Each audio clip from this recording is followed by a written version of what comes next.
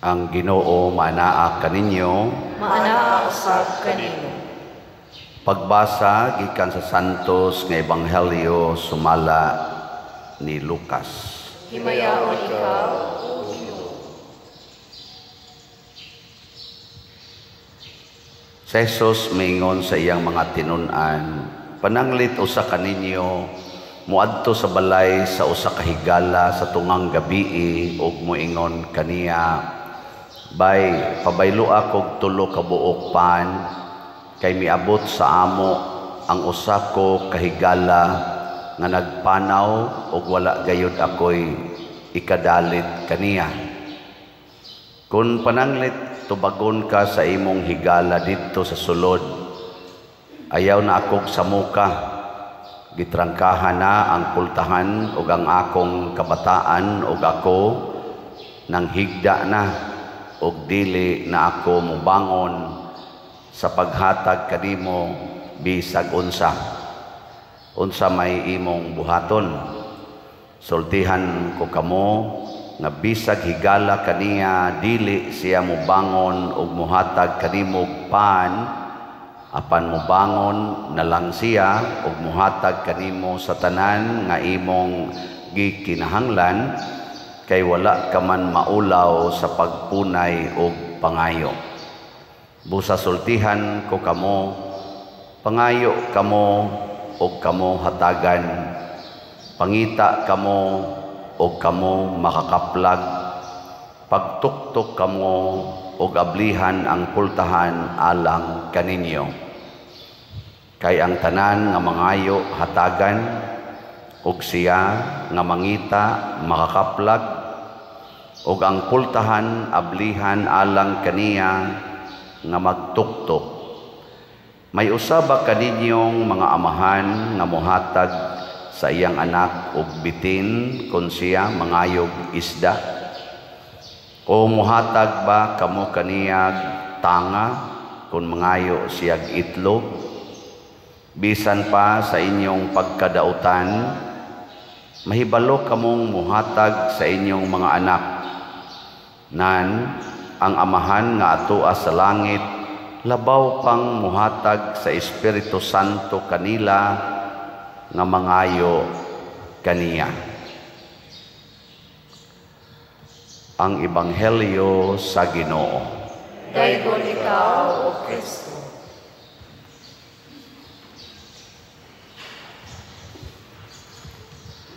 Ang pinakauwaw gyud nga atong hunahunaon nga buhaton mao gyud ang pagpangayo. Pero niya sa Ginoo uban dinhi nga kanang di gyud mauwaw mangayo, no? Pero kasagaran gid nato, generally speaking, di kita ganahan mangayo. Ilingay mo to pa di na ganahan ka mangayo. Muna nga kining pagpangayo usa ni sa mga expressions sa humility, pagpaubos.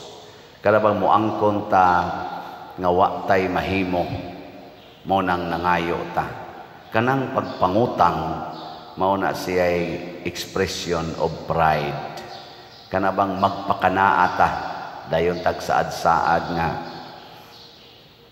sunod buwan, sunod sweldo, kining akong bonus, ana ato'y garantiya ba, hantod manag-away na lang kay kapila na lang ni sumad tuig wa lang gyapon kabayad. So mo na si Kristo wa gyud magsugo nato nga pangutang kamo ang iya gyud pangayo.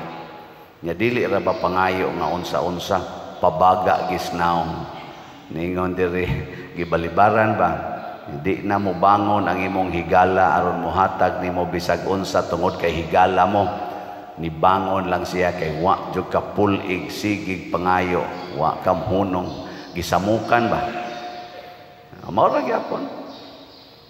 Pero saad ni Jesus pangayo gyud aron mo makadawat.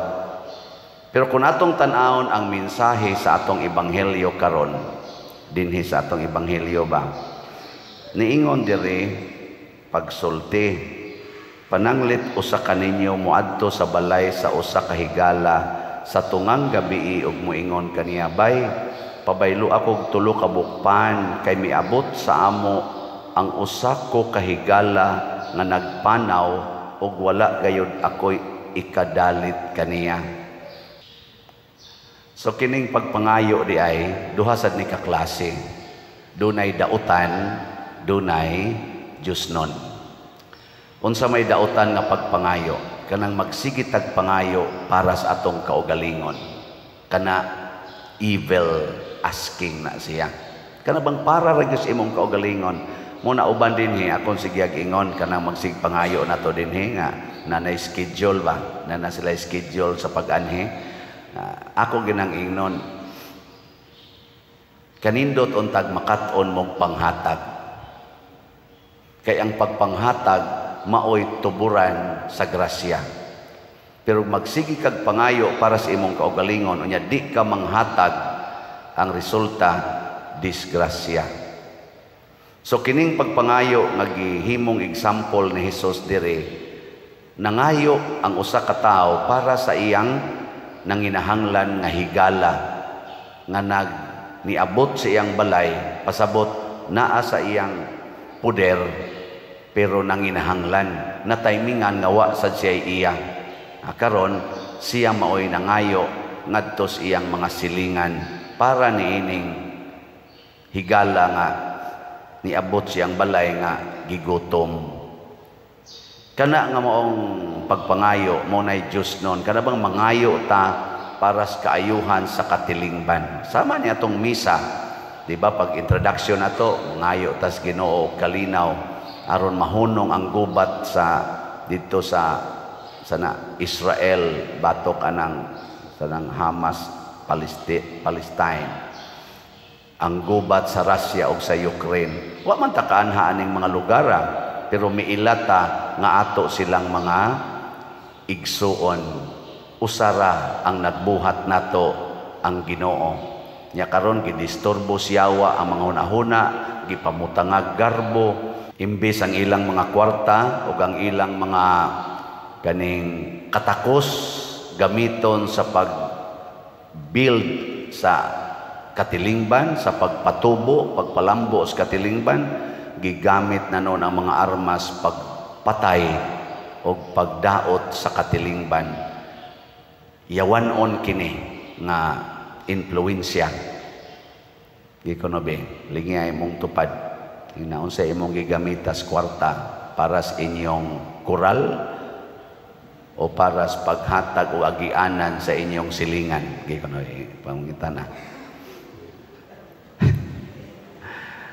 Kay perti ra ba natong makagasto para lagi ligunon atong kural, pero ang silingan wa nay agianan. Perti natong makagasto og pananom sa yuta, pero dili nato paduulan og tao. Atong kuralon pusilon pagyud og moduol ang tao kay private property. Mas importante ang bunga sa akong tanom kaysa taong gigutom. Muna og mangawat mo, pusilon tagyud mo. Ana. Basig inana ta.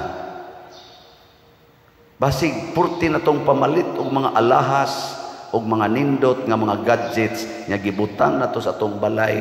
Unya nga atong silingan wa gyud nato mapaliti bisag 5 na lang ka kilong bugas aron ipakaon nila anang buwana. Makatabang-tabang og pakaon nila anang buwana. Hangtod na lang hinuong gilungkab ang imong balay, gikuha ang imong alahas og sa kato giprinda siguro to gibaligya nya imong nasakpan, gipapriso nimo, gipabunog pag inimog maayo, nasuka in tao niya ang gikaon niyang pagkaon nga halin sa imong alahas. Saan na? Sakto na. Mao lagi akong giingon. Kada bang ang ato na lang kaugalingon ba, nahunaon. Gusto tang mulampo sa pag-eskwela, gusto tang mulambo sa pagtrabaho o sa negosyo para sa kaugalingon, para sa akong kaugalingon, para sa akong mga anak, para sa akong mamag, papa, para sa akong mga igsuon. Kutob na lang gidiha ang atong hunahuna. Luoy kita. Muna dinhi sa atong parokya, sa atong pagpangayo sa Ginoo, pinaagi aning pagpamaligyag slots, giapil gid nato ang tanang mga taong nanginahanglan, ang tanang parokya nga makaya natong tabangan, ang tanang communities nga naa sa simbahan o naa sa gobyerno nga kaya natong matampuhan sa atong pagpaambit. Nang wa tay limit dinhi, wa ta maghuna-huna nga para ra gid ni ato, para gid ni sa katilingban.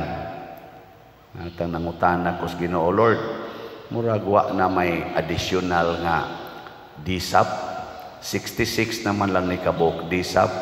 Wa pa may additional.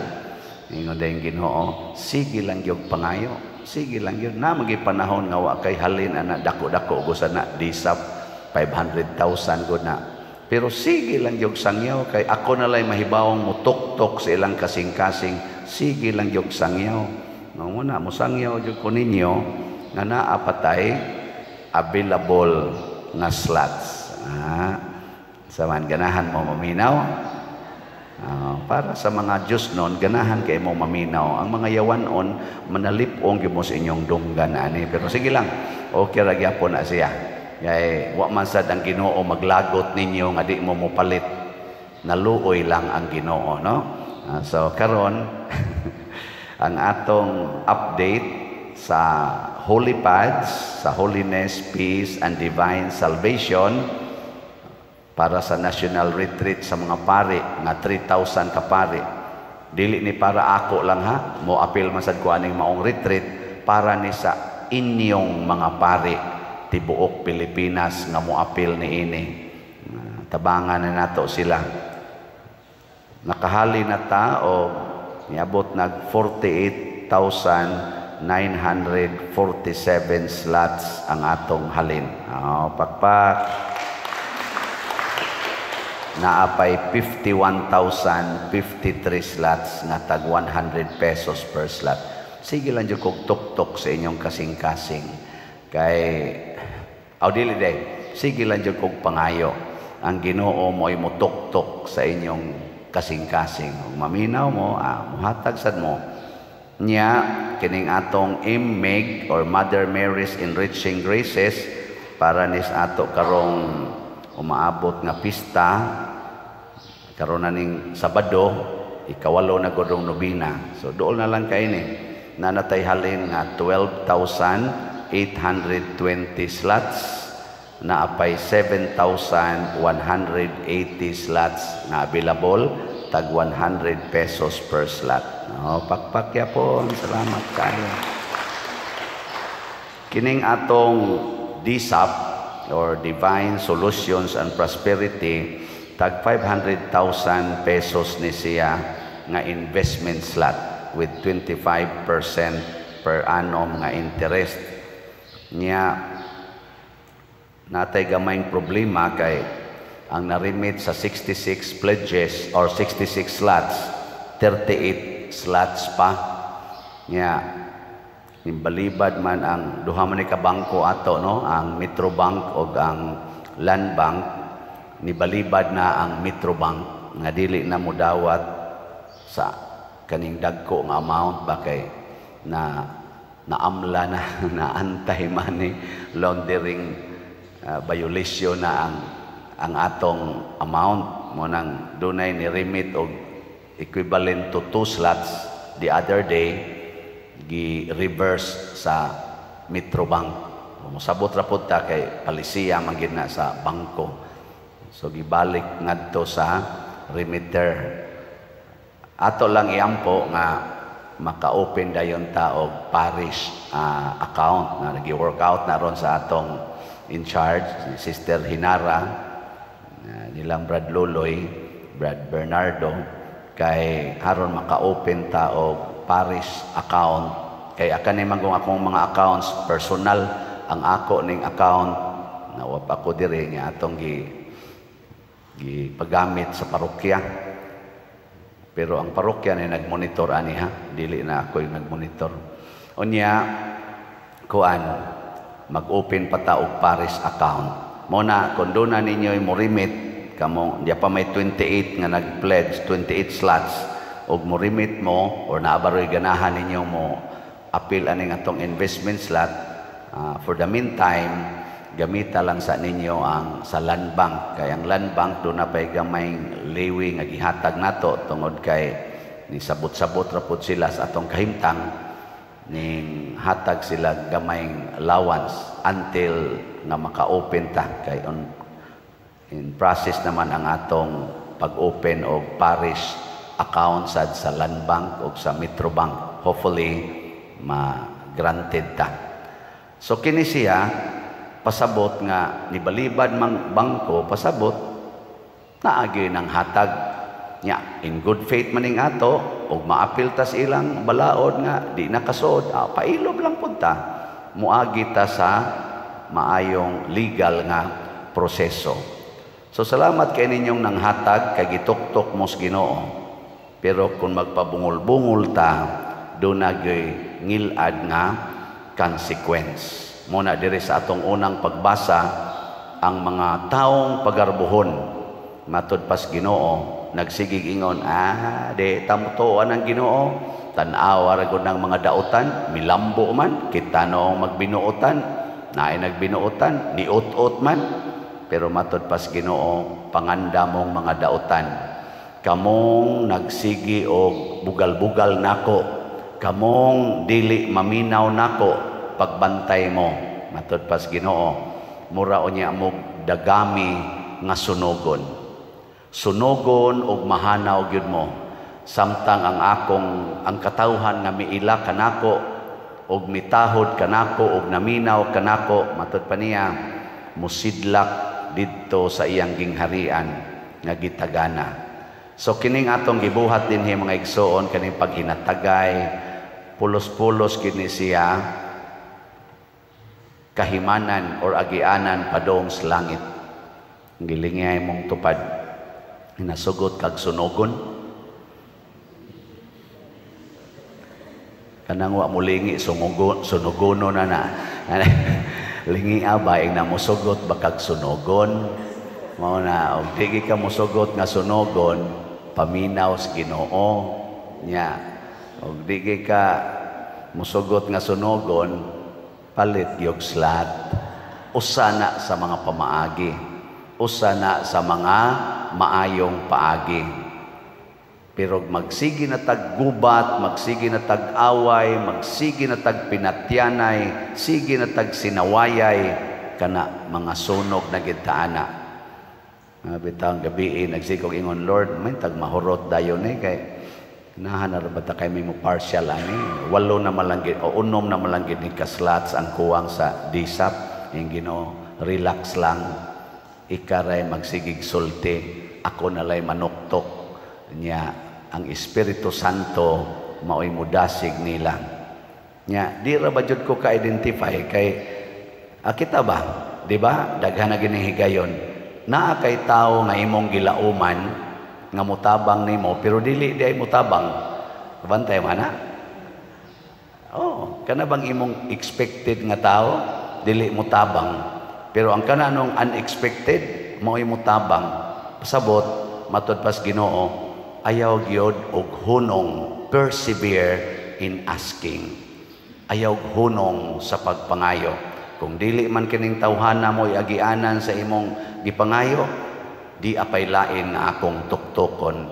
Muna karon ang namalit aning atong disap, dili kayo usual nato dinhi. Kay katusang mga usual na ana man say namalit, pero ang mga usual bunog na sa tingali kayo. Bunog na kay ba? O nang dinal sa sila sa lain na lang na murag bunog naman kay mi. Depende ra gina sa atong pagview aning kinabuhi. Ay kana bitaw magsigig anhi dinhi ako sa nang ingnon bunog naman kay mi ninyo anhi mamo magponsisog so saon man gud pa dir na adto bislain di gid mi kasiguro may ni dinis imo kay makasiguro gud mi ani ingon ra sa kung gagalingon, Lord manghatag ko ani total imo man sad ming gihatagan. Ingon din Ginoo igsod nako nga resolute correct.